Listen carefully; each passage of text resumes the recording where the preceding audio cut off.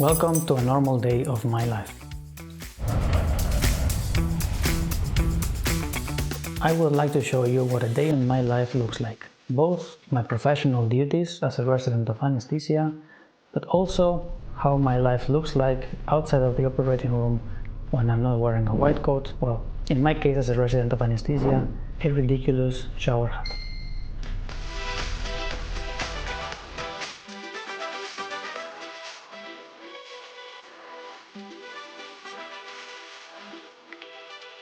As you saw, my day starts at 5:30. I left quickly to pick my 5:50 bus that leaves me at the train station where I take my 6 in the morning train. Officially, I start working at 7 in the morning, but my unofficial but expected time to be there is at least 10 minutes earlier.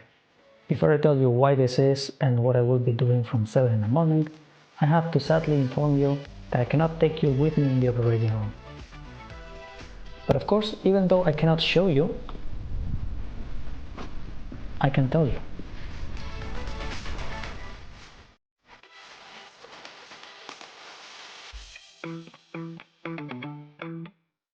So as you saw, woke up at 5:30 more or less, got to the hospital by 6:35, changed, and by 6:45 I am ready. Normally you want the first operation to start about 8 in the morning. This means that you need to be completely finished with the anesthesia and have everything ready by 7:45. Also, the time you need to do the anesthesia depends a lot on the patient and on the operation. Maybe you only need to do an IV line and give the anesthesia and intubate, which needs 10 to 15 minutes. Or maybe you have a difficult operation and a difficult patient and you need to do an arterial catheter, central venous catheter, peridural catheter. Maybe the patient becomes unstable and you need to cope with catecholamines, and it's a bit more complicated and it takes a bit longer. Regardless, the patient usually comes at 7 and 10 minutes, so you may be wondering, why do I have to come unofficially at 6:45 if the patient will come at 7 and 10 minutes anyway? The answer is preparation. You need to read all of your patients for the day, you need to learn them very well, their diseases, their allergies, and you need to make a plan with the nurse and with your superior doctor, with your oberarzt.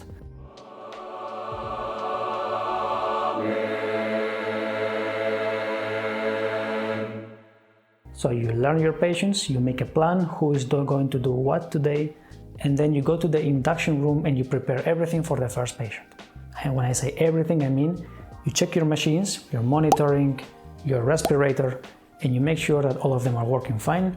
Also, you pull the drugs in the syringes, you prepare the perfusers, you make sure everything is ready by the time the patient comes. There's a golden rule in the operating room, which is that the time during the day of an empty operating room is very, very, very expensive. So you want to minimize the times between operations to the minimum. Starting the operation at 8:30 may cost you the last patient that cannot be done on time, and that is a lot of money that goes down the drain. So if the patient comes at 7 and 10 minutes, at 7 and 10 minutes everything needs to be ready. So the patient comes, you do the anesthesia, everything is fine, you have the patient ready at 7:45, you drive in the operating room, you start with the disinfection and the positioning of the patient, and by 8 in the morning you can start the operation. During this time I am alone in the operating room. I do not have the nurse and I do not have the oberarzt. My oberarzt is not there and is nearby, maybe 30 seconds nearby, but not there. And the nurse is in the back room, in the induction room where we left the mess. The nurse is preparing everything for the coming patient. My job during the operation is not only, of course, making sure that the patient doesn't move, doesn't wake up, the anesthesia is fine, patient doesn't have pain and so on. I also have to think a bit about the future. Like I said, we cannot waste time between operations and we have to minimize the time with an empty operating room.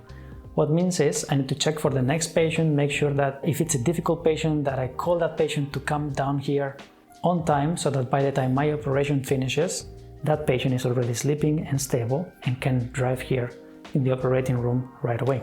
Anyway, my operation is done and I drive my patient out to the extubating room, if you have one, and I call my superior doctor and we extubate the patient and I drive the patient to the recovery room. As I come back, I go back to the induction room and I see that the next patient is not there and the nurse also isn't there. They are already in the operating room. So what do? I clean after the mess they left, and I prepare everything for my next coming patient. So as you can see, I am switching with the nurse. I do one patient, the nurse does the other one. The operative is there on top of both of us, coordinating also everything. And we just switch patients during the whole day. This that may seem simple, it can be very boring and easy, and it can be very stressful and difficult. Let me show you how. Boring and easy, you have 3 patients in that day, all of them are stable, operations are easy but long, each one takes 3 hours. So at the beginning of the day you did everything, the operation started, the nurse needs about 20 minutes to clean after you and prepare everything for the next one, and then she has 2 hours of doing nothing. So during this time, nurse can have breakfast, then let you go to have a breakfast. And if the patient is stable, it's not like you have a lot of things to do in the operating room anyway. So you are maybe reading a bit of your anesthesia pocketbook or chilling in the operating room. Now, the hard version, still with a stable patient, not even difficult operations, the hard version with a stable patient is when you have many operations, maybe 8, 9, 10 operations, and each one takes 30 minutes. So by the time you drive your patient to the operating room, the next patient is coming for the induction of the anesthesia. You're done very quickly with the operation, you drive the patient out, and by the time you come back, you don't have time to clean after the mess that was left there because your next patient came and you haven't even prepared all of the medication. So you have to run. No one gets to have breakfast, maybe no one gets to have lunch, and you have to learn a lot of patients for each one, the allergies, the diseases, what medications you cannot give, and after many of them you don't even know what you're doing anymore, so you have to concentrate and you don't really get any break and you are working 100%. Normally the operative that is on top of both of you will not really come to let you go have breakfast. They are taking care of 2 or more operating rooms, supervising therefore maybe 4 to 6 people, and they cannot be locked down in one place. They need to be free in case shit hits the fan, they can go there very quickly. So if you have one of those stressful days, then it's what it is.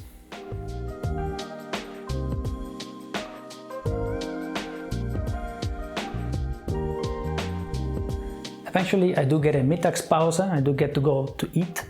The problem with the anesthesia is that even though, surprisingly, we have many small breaks in which we change with the nurse if we have not much to do, when it comes to having a big break, also meaning 30 minutes more or less, it's difficult in the anesthesia because you're in the operating room, and to go to the cafeteria you need to change to go, and then you need to change when you come back. So you don't really have time to have a proper lunch. In my hospital, for example, they give us some soup and some bread, so you can have that. Maybe sometimes I just grab a sandwich, and if I'm productive, which sometimes I am, but not always, I did some meal prepping and I brought my own food. But the truth is that once the hammer of the everyday hits you, you stop meal prepping and you start having a rather bad food every day. Which is very ironic given that we are in the healthcare business. But anyway, let's leave that aside and fast forward to the last operation. We do the last patient, which is around 3 to 4 p.m. Why around 3 to 4 p.m? Because the nurses do have to go home. Their day is finished. Is our day finished? No, it's not. We work until 5:30. So what do we do from 4 till 5:30? Drink more coffee? That would be great, but sadly no. There are 3 main things that an anesthesiologist needs to do, and so far we only spoke about the first one, which is doing the anesthesia. But there are other 2. You have doing the pre-operative visit of the patient, also called the Aufklärung. Basically, you talk with the patient, they sign a contract, they sign an agreement that they agree to have an anesthesia, and they are informed about possible complications and things that may go wrong during the anesthesia. This is not only a legal document to save your back, this is also very useful for us because with it we do a risk assessment for the operation. We have an operation, we have a patient. According to that combination, we decide on all of the drugs and everything that we will do, and in the end, it gives us sort of an approximate risk. This is not something trivial and something easy. It's actually something rather difficult to do. Ideally, you see your patients and you do a risk assessment that is good enough that if the risk is necessarily high, you take more preventive measurements, such as putting a central line, such as putting an arteria, such as preparing some blood. And if you saw your patient properly and you did the correct assessment, whatever happens during the operation, you already saw it coming and you're already prepared, and actually in the end nothing happens. Problem is, when you do it wrong, something happens, you didn't see it coming, you're not prepared, and then you have a very stressful operation that is dangerous for you and for the patient. So the pre-operative visit of the patient is not something trivial and easy that we do just to sign a document. It's more difficult than doing the anesthesia itself. If you don't do it well, you increase the risk that the patient has during the operation. After seeing the patient, we talk with the operative. The operative gives us the green light, we give the green light, and then all of the patients for tomorrow are ready. Do we get to go home? Not just yet. We said there's 3 main things, we spoke about 2. The third one is seeing the patients that you did yesterday. Why the patients you did yesterday? Because in anesthesia, the problem is that you barely ever get a feedback. Like, you see the patients for 20 minutes the day before or a few days earlier, you see the patients, but you put them to sleep, and then you give them away, and if you did more or less well, you never hear of them ever again.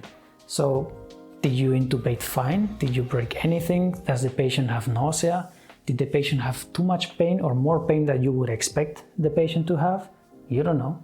So it's recommended, it's like not obligatory, but it's recommended that you see your patient one day after the operation and ask them for feedback. Most of the time, 90% of the times, they say no feedback to give, everything was fine. And that's what we want to hear. And whenever they give some negative feedback, then we document it and we think about it, and it's like, okay, what did we do? Oh, we did that, didn't work so well, so now we know.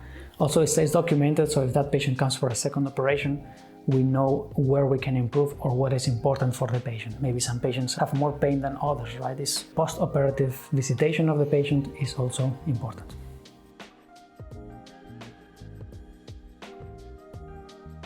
Okay, so we did all 3 things. We did operations, we prepared the patients for tomorrow, and we saw the patients from yesterday.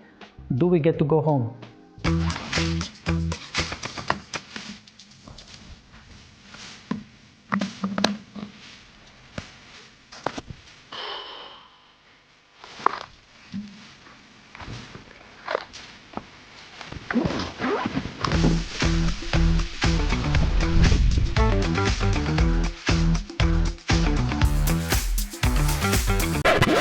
Yes, we do get to go home, so you can sum another hour to come back home, and I get home around 6:30 p.m.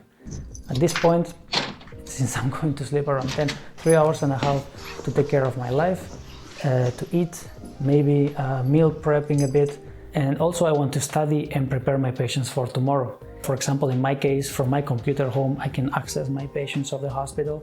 I can read a little bit about them and prepare. So if before anything unexpected comes tomorrow, I know I will have only 10 minutes to prepare for that patient. Maybe I want to read now and take an hour to learn a little bit. Now, does every day look like this? It does not. There are other things that we do in anesthesia, which is not only anesthesias. For example, sometimes you do only preoperative visitations. You have your own office, patients come to you for an operation that will take place 20 days in advance, but you see them already, they are normally rather healthy, or at least it's not an acute problem that needs to be operated tomorrow. Other things we do as well is pain therapy.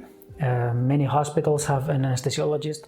It's also a separate specialty, but many have an anesthesiologist that takes care of the pain medication. Not the pain medication for every patient, but sometimes a patient has a lot of pain and the doctor doesn't really know how to go any further, and so they call you to optimize.